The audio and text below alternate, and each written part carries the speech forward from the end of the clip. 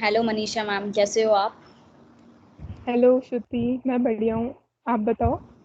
मैं भी एकदम बढ़िया मनीषा मैम। थैंक यू कि आप प्रगति प्लेटफॉर्म पे आए हैं और आप रॉबिनहुड आर्मी के बारे में हमें कुछ बताने आए हैं।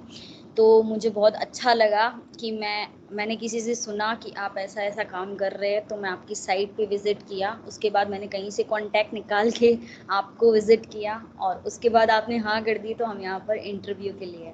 तो मुझे बहुत अच्छा लग रहा है कि मैं एक एनजीओ का इंटरव्यू ले रही हूँ, वो भी इतना बड़ा गोल है जिसका हंगर बहुत बड़ी प्रॉब्लम है आज के टाइम पे, बहुत ज़्यादा चल रही है और आप उनके लिए काम कर रहे हैं, तो मुझे सुनकर बहुत अच्छा लगा।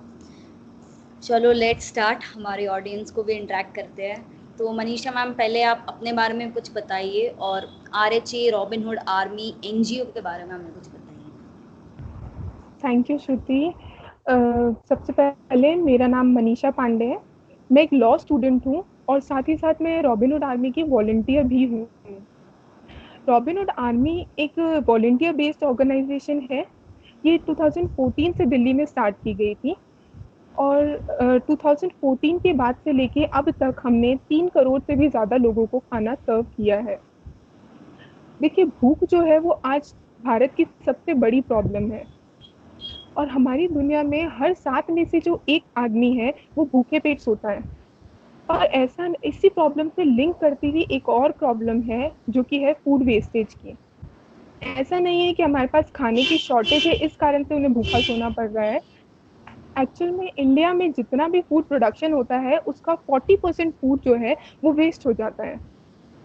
तो रॉबिनहुड आर्मी जो है वो इन्हीं दो प्रॉब्लम्स के को सॉल्व करने का एक मीडियम है, जिसमें हम जैसे Robins restaurant functions, marriage functions ले लीजिए या पार्टी, या आप जैसे मेरे जैसे जो भी लोग जो कंट्रीब्यूट करना चाहते हैं उनसे इस फूड का कलेक्शन करते हैं और इन्हीं फूड को उन लोगों तक पहुंचाते हैं जिन्हें इनकी सबसे ज्यादा जरूरत है।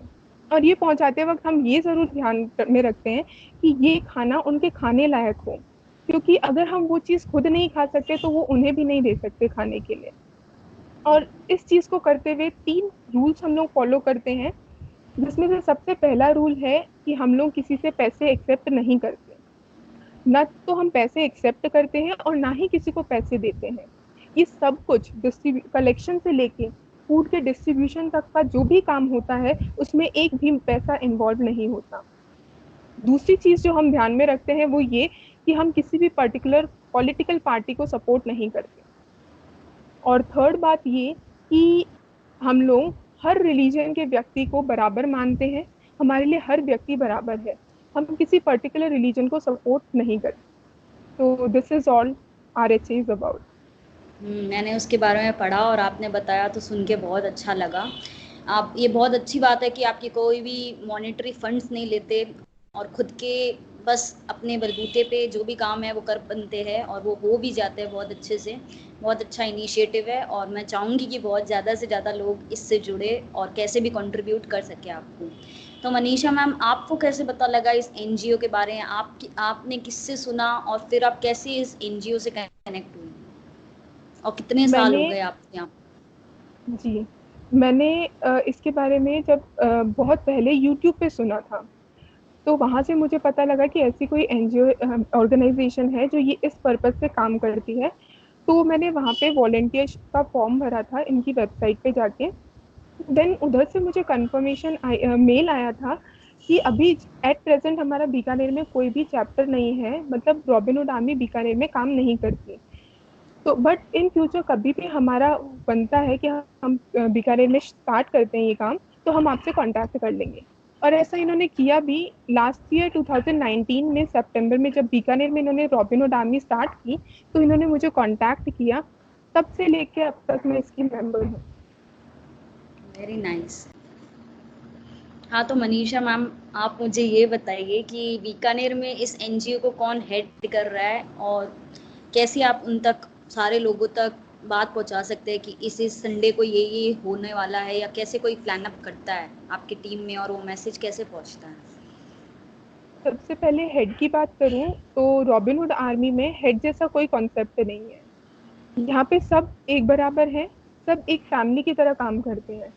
तो किसी का कोई हेड नहीं है। बट हाँ, एक रिप्रेजेंटेटिव का कॉन्सेप्ट है जिसमें हर सिटी का अपना एक रिप्रेजेंटेटिव होता है जो उस पर्टिकुलर सिटी को रिप्रेजेंट करता है। और हमारे बीकानेर सिटी के दो रिप्रेजेंटेटिव हैं, एक मोहित भैया और दूसरे धीरज। किसी को भी, हमें कोई भी ड्राइव करनी होती है तो हम लोग अपने ग्रुप में ही डिसाइड करते हैं कि किसी एक पर्टिकुलर एरिया में संडे को हमें ड्राइव करनी है, और उसी से हम लोग सभी रॉबिन उसी दिन कनेक्ट होते हैं, और वहां जाके हम लोग अपनी फूड ड्राइव और अदर कोई भी चीजें हैं वो वहां पे करते हैं। अच्छा, बहुत अच्छा लगा सुनकर। और जैसे अगर आप रॉबिन हुड आर्मी, ये नेम कैसे रखा आपने इस ऑर्गेनाइजेशन का, हमें इसके बारे में कुछ बताइए। देखिए, रॉबिनहुड जो थे वो एक मसीहा कह सकती हूँ मैं, जो पुराने टाइम में अमीरों से पैसे चुरा के गरीबों में डिस्ट्रीब्यूट किया करते थे, क्योंकि उन्हें लगता था उन्हें उनकी ज्यादा जरूरत है।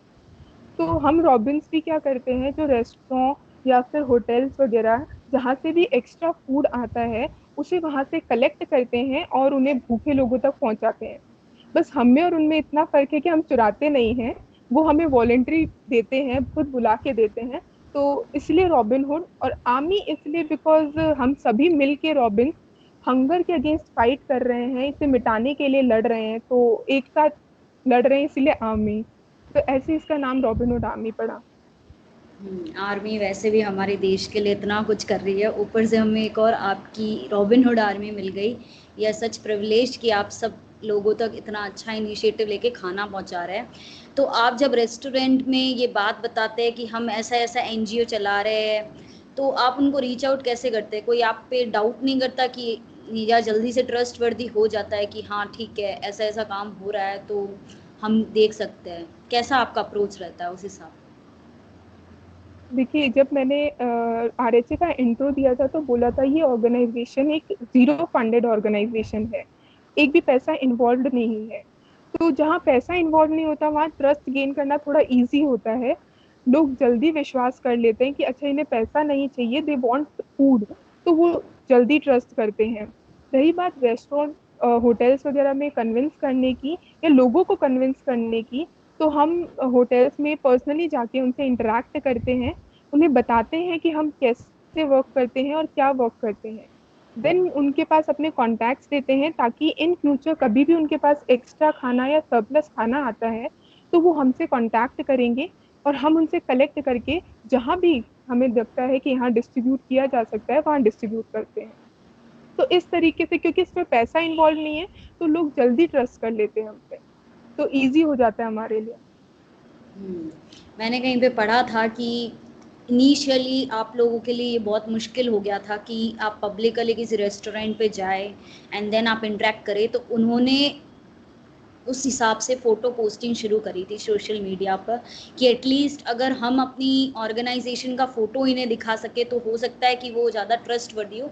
I am not talking about Bikaner, but I have read somewhere, so I am showing you.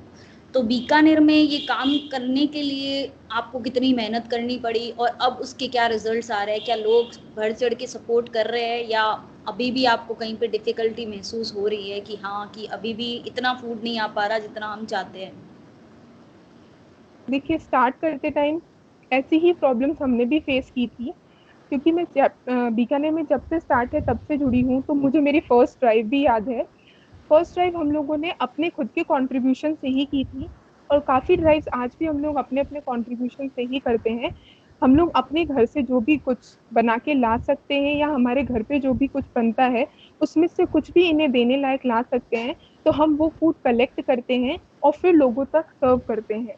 सबसे पहले स्टार्ट ही इसलिए किया था क्योंकि बीकानेर में कोई भी नहीं जानता था कि ऐसी कोई ऑर्गेनाइजेशन है। तो उन तक हमारा काम पहुंचाने के लिए हमें फोटोज और सोशल मीडिया का ही सहारा लेना पड़ रहा था, और आज भी हम लोग उसी तरीके से लोगों तक पहुंचते हैं। तो हम लोगों ने जब स्टार्टिंग की ड्राइव्स की तो उसकी जितनी भी फोटोज वगैरह थी, उन्हीं फोटोज के कलेक्शन को हम लोगों तक पहुंचाते हैं, चाहे वो फेसबुक हो, व्हाट्सएप हो, इंस्टा, ट्विटर, इन्हीं के जरिए हम लोग लोगों तक पहुंचते हैं, और उन्हें पता चलता है कि अच्छा ऐसी कोई ऑर्गेनाइजेशन काम करती है, तो वो हमसे कांटेक्ट भी करते हैं। तो थोड़ा टफ है स्टार्टिंग में इनिशियली, अभी भी कहीं ना कहीं लोगों में बिलीव करवा पाना बहुत मुश्किल होता है कि हाँ हम लोग दे रहे हैं। तो ठीक है, जब धीरे धीरे काम होने लगता है और लोग जानने लगते हैं तो हमें ट्रस्ट गेन करने में आसानी होती है। दैट्स रियली नाइस, क्योंकि मैंने भी देखा है कि जल्दी से कोई लोग इतना कम फॉरवर्ड नहीं होते, क्योंकि मुझे भी इस ऑर्गेनाइजेशन के बारे में ज़्यादा कुछ नहीं पता था। अभी एक हफ्ते पहले ही मुझे इस ऑर्गेनाइजेशन के बारे में पता चला, तो मैंने रिसर्च करी and there are many many lots of family in other countries as well. I am luckiest to have this in Bikaner as well. तो इससे ज़्यादा खुशी की बात तो और कुछ हो ही नहीं सकती है। तो आपने अभी तक कितने लोगों को इन बीकानेर सर्व कर दिया है, और आपने उनके हैप्पी फेसेस देखे हैं कि हाँ कि ये हमारे लिए चलो ठीक है, ठीक ठाक हमारा गुजारा हो रहा है, कोई गिने चुने लोग जो है वो हैप्पी हो रहे हैं हमारे इस मोटिव से? कितने लोगों तक आप पहुंच चुके हैं? जी, अभी तक हम लोग बीकानेर में 9,000 से ऊपर लोगों को सर्व कर चुके हैं, और आगे भी हमारी कोशिश है कि हम इससे ज्यादा लोगों तक पहुंच पाए। तो बहुत बढ़िया बात है। 9,000 कहने को बहुत बड़ा फिगर है, और देखने में भी इतना बड़ा लगता है। मतलब कितने लोगों को आपने ये सर्विस प्रोवाइड करवा दी है। Thank you for that. और मैंने आपकी आरएचए की यूनिफॉर्म भी देखी है, जैसे कि आपने ये टी शर्ट पहन रखा है ग्रीन कलर का, तो मैंने इसीलिए ये ग्रीन कलर भी मैच करने के लिए पहना था कि मैं आपके एज अ पार्ट दिख पाऊँ। तो आप मुझे कुछ थैंक यू। बता सकती है ये ग्रीन कलर ही क्यों चूज़ किया आप लोगों ने? ग्रीन कलर इसलिए, एक तो मैंने रॉबिनहुड का जिक्र किया आपसे, तो उनकी जो कॉस्ट्यूम थी वो ग्रीन कलर में थी। तो एक पर्पस तो एक तो इंस्पायर हम लोग वहीं से हुए कि ग्रीन कलर रखेंगे, एंड दूसरा ये कि ग्रीन एक बहुत ही रिफ्रेशिंग कलर है, एंड ये एक सिंबल भी है कि हम हमेशा आगे बढ़ते रहे। तो इसीलिए ग्रीन कलर की टी शर्ट है जिससे सभी रॉबिन्स पहचाने जाते हैं। अच्छा है, मेरे को भी ये ग्रीन कलर बहुत अच्छा लगा। और जब मैंने और इसके बारे में जाना, तब मुझे ये भी पता लगा कि आरएचए एक एकेडमी भी शुरू करती है, जो कि जो फीडिंग्स जो भी बच्चे होते हैं उनको पढ़ाने का काम भी शुरू कर रही है। तो ये बीकानेर में कैसा चल रहा है, और आपको कैसे नई नई चीज़ें एकेडमी में लाते हैं या पढ़ाते हैं, कैसा लगता है आपको? देखिए, रॉबिनहुड एकेडमी की मैं बात करूँ तो ये आज से 4 साल पहले स्टार्ट हुई थी, और अभी बीकानेर में भी हम लोग इस चीज़ को प्रैक्टिस कर रहे हैं। मतलब हम लोग जब से अपनी ड्राइव स्टार्ट की है हमने, हम बच्चों के, हमारा सिर्फ यही फोकस नहीं रहता कि हम फूड को कलेक्ट करें और उन्हें लोगों में डिस्ट्रीब्यूट करके बस वापस आ जाएं।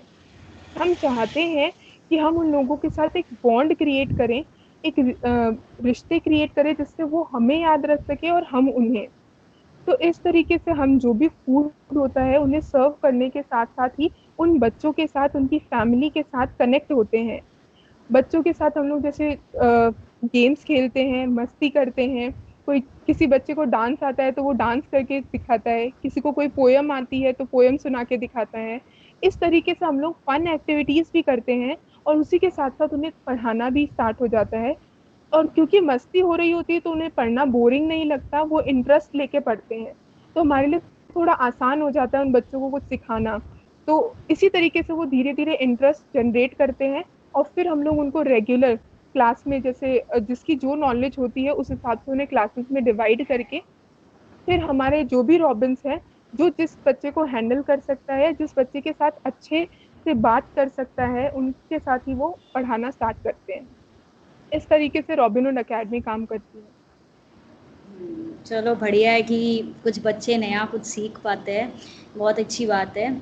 और अब आप मुझे ये बताइए कि रॉबिन्स की क्या कोई एज बार है, कि यहाँ से लेके यहाँ तक कोई पर्टिकुलर आदमी हमसे जुड़ सकता है, या नो एज बार लिमिट है, या कोई ऐसे केसेस है कि छोटे से छोटा बच्चा या बड़े से बड़ा भी आपसे इंटरेक्ट हो रहा है? इन बीकानेर में ये कैसा केस चल रहा है अभी? कहाँ से कैसे देखिए, लोग आपसे जुड़ रहे हैं, किस एज के? रॉबिनहुड एकेडमी की कोई एज ग्रुप का ऐसा कोई बाउंडेशन नहीं है कि पर्टिकुलर इस एज से इस एज के ग्रुप ही वॉलेंटियर कर सकते हैं। किसी भी एज का कोई भी पर्सन अगर वॉलेंटियर करना चाहता है तो वो हमसे जुड़ सकता है। एज का कोई भी गैप, बाउंडेशन नहीं है। Very nice. मैंने सुना था बाहर कहीं पे, यहाँ तो नहीं, आई डोंट नो, मैंने जो वीडियो देखा तो उसमें 10 से 11 साल का बच्चा भी वॉलेंटरली बच्चों को सर्व कर रहा है, उनके साथ वैसे ही खेल रहा है जैसे वो अपने अदर ग्रुप मेंबर्स के साथ खेलता है। तो ये बहुत अच्छा है कि छोटे से ही उनमें इतना सोशल जो कहते हैं क्वालिटी आ चुकी है। तो आने वाले टाइम जी। पे ये शायद श्योरली बीकानेर में भी ऐसा ही होगा, और वी शैल नहीं, होप फॉर हमारे गुड। बीकानेर में भी एक छोटा रॉबिन है हमारे, जिसे हम प्रेम नाम से जानते हैं। तो वो है, एज मेरे को शायद एग्जैक्ट ध्यान नहीं, पर वो 10 to 13 के बीच का ही होगा। तो है ऐसे छोटे बच्चे। और बहुत से रॉबिन्स भी हैं जो बहुत छोटी 5 to 6 years के भी हैं। तो बच्चे भी, उनमें भी ऐसा इंटरेस्ट है कि वो कुछ करना चाहते हैं सोसाइटी को लेके। इसीलिए शायद रॉबिनहुड आर्मी का कोई भी एज का बाउंडेशन नहीं है, कोई भी जुड़ सकता है। सही है। मुझे बहुत अच्छा लगा कि इसमें जो भी वर्कर्स है वो सारे एक सोच लेकर चलते हैं, और अपना आइडिया कुछ भी रखना होता है वो इजीली रख सकते हैं। एंड एनजीओ जी। Accepts it as a rule as well, they don't deny any facts. So ये काफ़ी अच्छा है, कोई भी इनोवेशन आप ला सकते हैं, कुछ भी नया कर सकते हैं। बहुत अच्छा लगा ये मुझे देख कर और पढ़ कर। अब मुझे आप ये बताइए कि जब इस एनजीओ की शुरुआत हुई, तो अभी जब कोरोना का दौर चल रहा है, अब जो चेंजेस आ रहे हैं उसमें क्या मतलब बेनिफिट्स है और क्या नुकसान है? कैसे आप उसको, कोरोना के दौरान आप कैसे लोगों तक पहुंच पा रहे हैं या मील सर्व कर पा रहे हैं? कैसे काम चल रहा है अभी? देखिए, कोरोना की वजह से काफ़ी कुछ चीज़ें इम्पैक्ट हुई हैं। हम लोग रेगुलर ड्राइव्स पे नहीं जा पा रहे जो हम संडे को करते थे। तो उन लोगों से भी हम अभी हमारा कुछ टाइम के लिए कनेक्शन टूट चुका है। उस तरीके की बॉन्डिंग नहीं हो पाती जैसे हम लोग उनके साथ जाके मस्ती करते थे, उनके साथ गेम्स खेलते थे। अभी कनेक्टेड है, बट उनकी ज़रूरत के हिसाब से कि उन्हें फूड सप्लाई करना है, बस इतना ही कनेक्शन है, क्योंकि सोशल डिस्टेंसिंग वगैरह सब फॉलो करनी होती है। तो रेगुलर ड्राइव्स जो है वो नो डाउट नहीं हो पा रही। बट अभी हम लोग करंटली एक मिशन पे काम कर रहे हैं ऑल ओवर द कंट्री।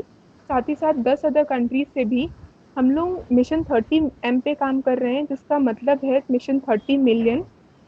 1 जुलाई 2020 से लेके 15 अगस्त 2020 तक हम लोग का लक्ष्य है कि हम लोग पूरे भारत और साथ ही साथ 10 अदर कंट्रीज में 30 मिलियन लोगों को खाना सर्व कर सकें। इसके लिए हम उन्हें फ्री राशन किट प्रोवाइड करवा रहे हैं। और इसमें अगेन ये चीज़ मैं नोटिस करवाना चाहूंगी कि हम लोग एक भी पैसा एक्सेप्ट नहीं कर रहे हैं। डोनर हमें फूड आइटम्स डोनेट कर रहे हैं, उसी फूड आइटम्स की हम लोग राशन किट बना के लोगों तक पहुंचा रहे हैं, ताकि वो जो भूखे लोग हैं जिनके पास अभी कुछ भी अर्निंग का साधन नहीं है, वो लोग कुछ समय के लिए ही सही अपने परिवार का पेट पाल सकें। तो अभी करंटली मिशन 30 मिलियन पे हम लोग काम कर रहे हैं। बीकानेर में भी हम लोग इसी चीज पे लगे हुए हैं। और काफी हद तक 22% या उससे ऊपर अभी तक हम लोगों ने इसे अचीव कर लिया है। बढ़िया है। इस वीडियो को देखकर मैं ज़्यादा से ज़्यादा लोगों को अनुग्रह करूँगी कि आपसे जैसा भी बन पड़ता है आप कंट्रीब्यूट करिए। आप अभी सूखा राशन ले रहे हैं जैसे व्हीट, राइस, फ्लोर, पल्सेस, तो जी। ज़रूर लोग इसमें कंट्रीब्यूट करेंगे, and there will be a great future ahead. अभी 15 अगस्त में थैंक अभी यू। टाइम है, surely there will be something somehow a reason. So आप जैसे संडे की ड्राइव पे जाते हैं तो आप उसमें क्या क्या चीज़ें करते हैं और कितना टाइम आप उन लोगों को देते हैं ताकि वो एक मेमोरी बन जाए और बहुत अच्छा लगे? कैसे संडे को आपका दिन व्यतीत होता है? ओके, संडे की जो ड्राइव होती है वो बहुत ही मतलब इंटरेस्टिंग ड्राइव होती है। इनफैक्ट हम सभी रॉबिन संडे का वेट करते हैं, क्योंकि हम लोगों को 6 दिन के गैप के बाद उन बच्चों से, उन लोगों से मिलने का वापस मौका मिलता है। संडे की ड्राइव में की प्लानिंग हम लोग स्टार्टिंग से ही करने लग जाते हैं, एडवांस में ही, जिसमें हम लोग डिसाइड करते हैं कि कहीं से अगर हमारे पास फूड का कलेक्शन है तो वो, नहीं तो हम रॉबिन्स अपनी अपनी तरफ से कुछ भी अगर कंट्रीब्यूशन में लेकर आते हैं, तो वो चीज़ें हम लोग कलेक्ट करके संडे को हम लोग कोशिश तो करते हैं जितना जल्दी हो सके मिले।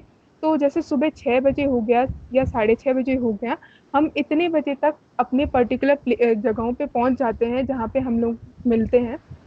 और वहां जाके उन लोगों को, उन बच्चों को, हम लोग कुछ कुछ सो रहे होते हैं, कुछ तो एक्साइटेड वे पे रेडी रहते हैं कि हाँ रॉबिन भैया और रॉबिन दीदी आने वाले हैं, तो उनसे मिलना है या उनके साथ खेलना है। तो वो लोग रेडी हो जाते हैं मुंह हाथ धो के कि अब हमें पढ़ाई करने को मिलेगा, कुछ खाने को मिलेगा।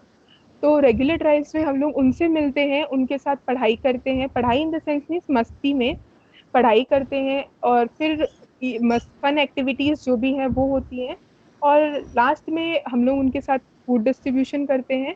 और यही सब ड्राइव्स और एकेडमी का जो भी काम है, उन्हें कुछ एक्टिविटीज देना, होमवर्क देना, ताकि वो इन दिनों में जब भी हम उनसे नहीं मिलते तब वो ये एक्टिविटीज दोहराएं और लर्निंग होती रहे उनकी। फिर नेक्स्ट संडे हम उनसे वही चीज पूछते हैं, और जो जवाब दे देता है तो हम उसे कोई ना कोई छोटा मोटा गिफ्ट देते हैं, लाइक चॉकलेट हो गया या किसी की कोई फेवरेट पेंसिल हो गई, तो वैसे वो चीजें हम लोग करते हैं।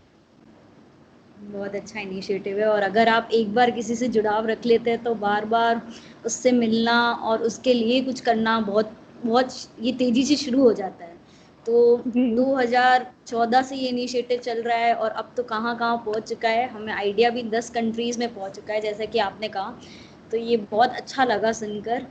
तो अगर आप जिससे पहले कहीं भी मिले हो या आपने कभी देखा हो कि हेल्थ पे भी काफ़ी इश्यूज आते हैं, कई लोग माल न्यूट्रिशंस होते हैं या कई डिजीज़ होती है उन लोगों को और उनके बारे में उनको पता भी नहीं होता है एग्जैक्टली।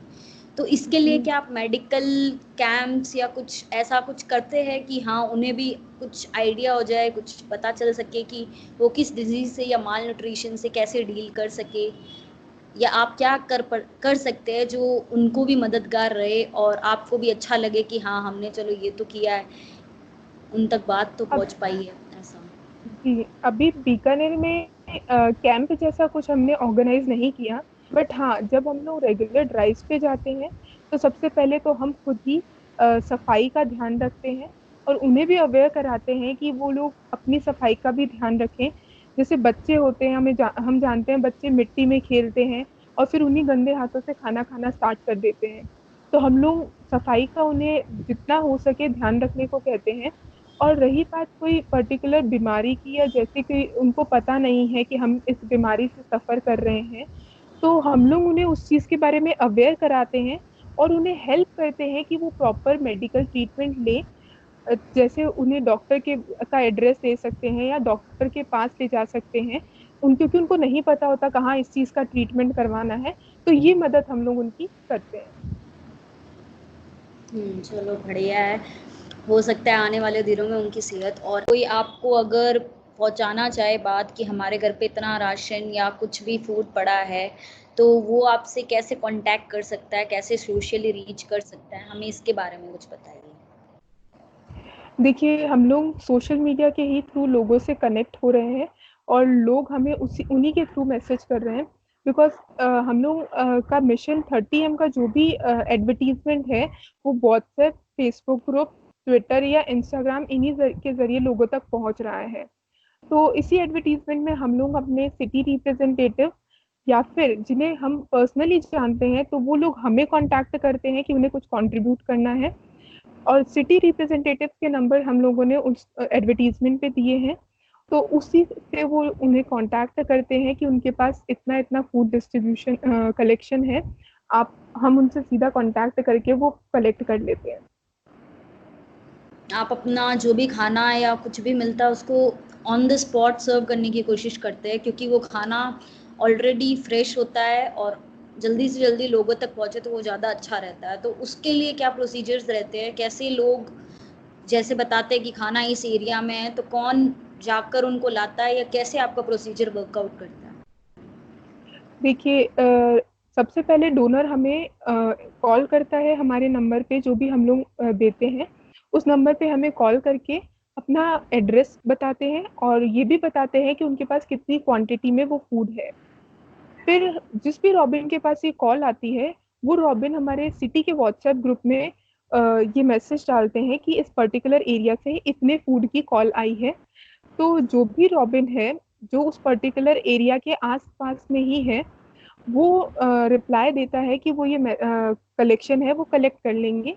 और उसके बाद वो उस एरिया से फूड कलेक्ट करके जहाँ जहाँ उन्हें ध्यान में है या जहाँ जहाँ हमें पता है कि इस एरिया में हमें जरूरतमंद लोग मिल जाएंगे, हम लोग उसे वहां सर्व कर देते हैं।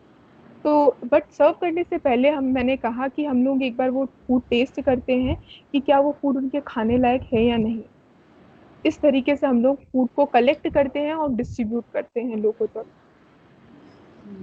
अच्छा लगा सुनकर कि आप जो है फ्रेश फूड हाथों हाथ उनको सर्व करने की कोशिश करते हैं और ये भी टेस्ट करते हैं कि वो फूड खाने लायक है या नहीं, क्योंकि जब हम नहीं खा जी, सकते उस फूड को तो उनको खिलाने का कोई मतलब नहीं है। ये बहुत अच्छी सोच है आप लोगों की। कई लोग ऐसा होता है जो फूड देने के हिसाब से कोई भी फूड्स प्रोवाइड करवा देते हैं, तो मेरी यही गुजारिश है कि जितना बन पड़े आप उतना करें, लेकिन कुछ भी गलत उलट-छलट हमें नहीं देना चाहिए। बहुत सही है। जी। और आप इस एनजीओ से जब जुड़े तब उसके बाद से आप में क्या-क्या चेंजेस आने लगे और अब आप क्या फ़ील करती है कि हाँ, कि मैं एनजीओ का पार्ट हूँ, आई एम सो ग्लैड। ऐसा क्या मोमेंट है आपके पास? देखिए, रॉबिनहुड आर्मी से जुड़ने के बाद चेंजेस भी मेरे थॉट्स में काफ़ी चेंजेस आए हैं। जैसे मैं ये सोचती थी कि मतलब देख के लगता था, जब हमें दिखता था कि कोई भूखा सो रहा है या किसी के पास खाने को कुछ नहीं है, तो हम लोग ये सोचते थे, मेरे दिमाग में ये थिंकिंग आती थी कि इस सोसाइटी में या इस दुनिया में लोग किस एक दूसरे की हेल्प ही नहीं करते। लेकिन जब से मैं रॉबिनहुड आर्मी से जुड़ी हूँ, तो मेरे जो भी नोन है या रिलेटिव्स हैं, फ्रेंड्स हैं, या किसी भी अननोन पर्सन से भी अगर मैं कभी इस बारे में ज़िक्र करती हूँ कि हमें फूड की ज़रूरत है, तो बिना किसी मूवमेंट ये सोचे वो लोग हमें सीधा बोलते हैं कि हाँ ठीक है, हम कंट्रीब्यूट कर देंगे। तो जब भी वो ये चीज़ बोलते हैं, तो मुझे ये जान के अच्छा लगता है कि अच्छा, मुझे ज़्यादा कन्विंस नहीं करना पड़ा और वो लोग रेडी भी हो गए ये चीज़ करने के लिए। एंड देन उनकी तरफ से चला के मैसेजेस आते हैं कि अच्छा ठीक है, कब देना है, कैसे देना है, तो वो लोग खुद ही हमें कॉन्टैक्ट करने लगते हैं। तो ये देख के मेरी थिंकिंग बढ़ी कि नहीं, बस इन लोगों का मन है देने का, बट एक ज़रिया चाहिए और वो ज़रिया है रॉबिनहुड आर्मी। तो ये चीज़ एक मेरी चीज़ चेंज हुई, एक थिंकिंग चेंज हुई। एंड एक और चीज़ ये थी कि सबसे पहली चीज़ वो है कि जब से जुड़ी हूँ रॉबिनहुड आर्मी से, तब से मैंने खाना वेस्ट करना बहुत कम कर दिया है। जितना खाने की नीड होती है उतना ही अपने प्लेट में लेते हैं। उसके बाद जो भी बचता है वो साफ रखा जाता है ताकि किसी के भी काम आ जाए वो। मतलब जूठा नहीं छोड़ते। ये तो मेरी भी आइडियोलॉजी है कि खाना कभी वेस्ट नहीं करना चाहिए। मैं तो अभी से नहीं, मैं तो इस बात पे कभी से काम कर रही हूँ, थोड़ा-थोड़ा लेती हूँ, लेकिन कोई वेस्टेज नहीं करती। तो ये तो मेरा भी एक आइडियोलॉजी है कि खाना उतना ही लो जितना आपको भाए। इस एनजीओ से जुड़े हुए आपको बहुत टाइम हो गया, तो आप मुझे अपना सबसे हैप्पीएस्ट एंड सैडेस्ट मोमेंट बताइए इस एनजीओ के दौरान आपको जो एक्सपीरियंस हुआ है? हैप्पीएस्ट मोमेंट की मैं बात करूँ तो रॉबिनहुड आर्मी से जुड़ने के बाद मेरा हर मोमेंट हैप्पीएस्ट ही है, क्योंकि जब भी आप कुछ करते हैं तो सामने से लोगों की स्माइल देख के आपका वो मोमेंट बहुत ही स्पेशल हो जाता है। लेकिन किसी पर्टिकुलर इवेंट की मैं बात करूँ, तो जैसे हम लोग जब भी संडे को उन बच्चों से मिलने जाते हैं, तो वो बच्चे दौड़े दौड़े हमारे पास आते हैं, ये कहते हैं रॉबिन भैया या रॉबिन दीदी आ गए हैं। और वो सीधा मतलब आप सर्दी की मैं बात करूँ तो सर्दी में 6 साढ़े 6, मतलब बहुत ही ठंड होती है उस टाइम पे। बट हम लोग इसी टाइम पे जाते थे, 7 बजे के आसपास भी।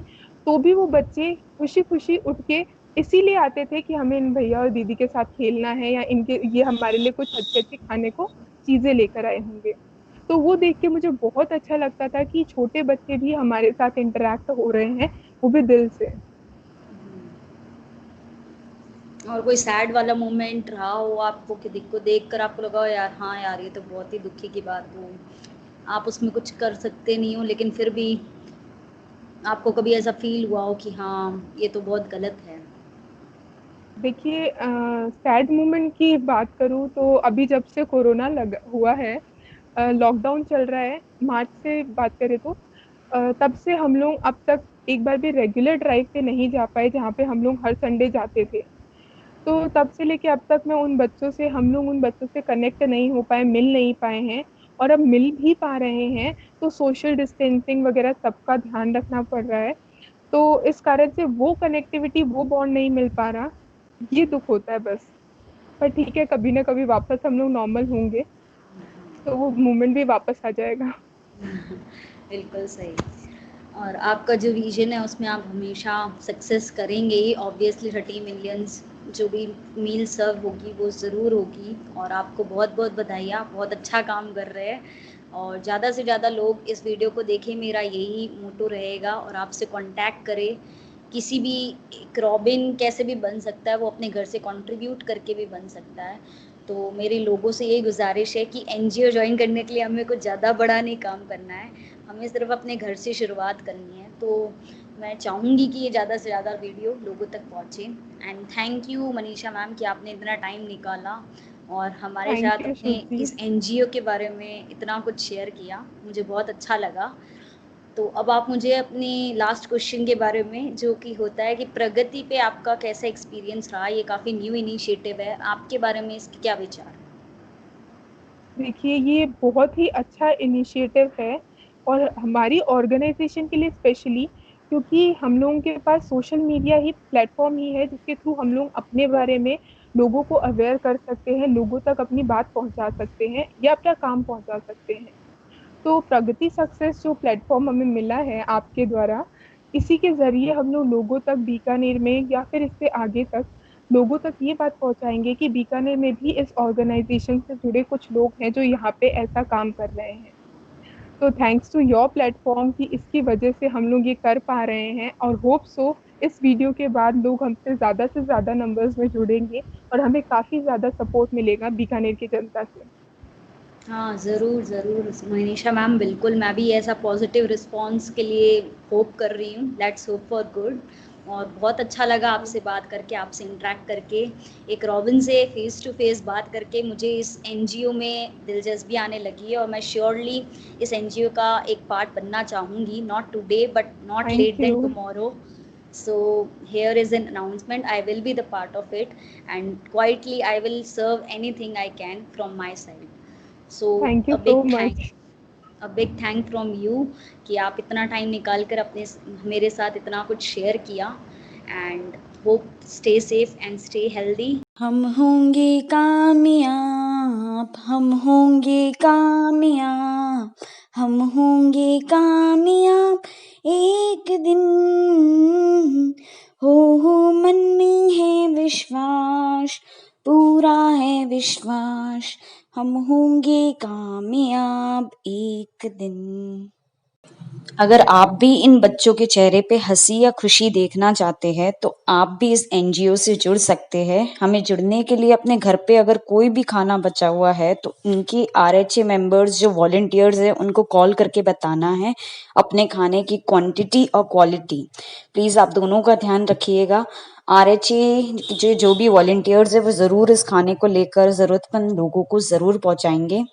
तो और कोरोना के दौरान में अगर आप कुछ और सहायता करना चाहते हैं तो आप व्हीट, पल्सेस, राइस, किसी भी ड्राई चीज़ों में भी मदद कर सकते हैं। Any help in these difficult times are also very very helpful. So please think about it, share a word with your friend and family. अगर आप रॉबिनहुड आर्मी से जुड़ना चाहते हैं तो आपको उनकी साइट पे जाना है। उनकी साइट पे एक ज्वाइन नाउ करके कॉलम है, वहाँ पर एक फॉर्म मिलेगा आपको वो फॉर्म फिल करके सबमिट करना है। If that army is working with in your city you will get an email confirmation on the spot when you fill the form, so then you are a member of family. This drawing is being made by Nandini Guthari and quotation of the day is cutting food wastage is a delicious way of saving money, helping to feed the world and protect the planet. If you like the content of this channel, do like, share and subscribe my channel as much as possible. You can also follow me on Instagram page with the names Pragati Success Story, and thank you for your support.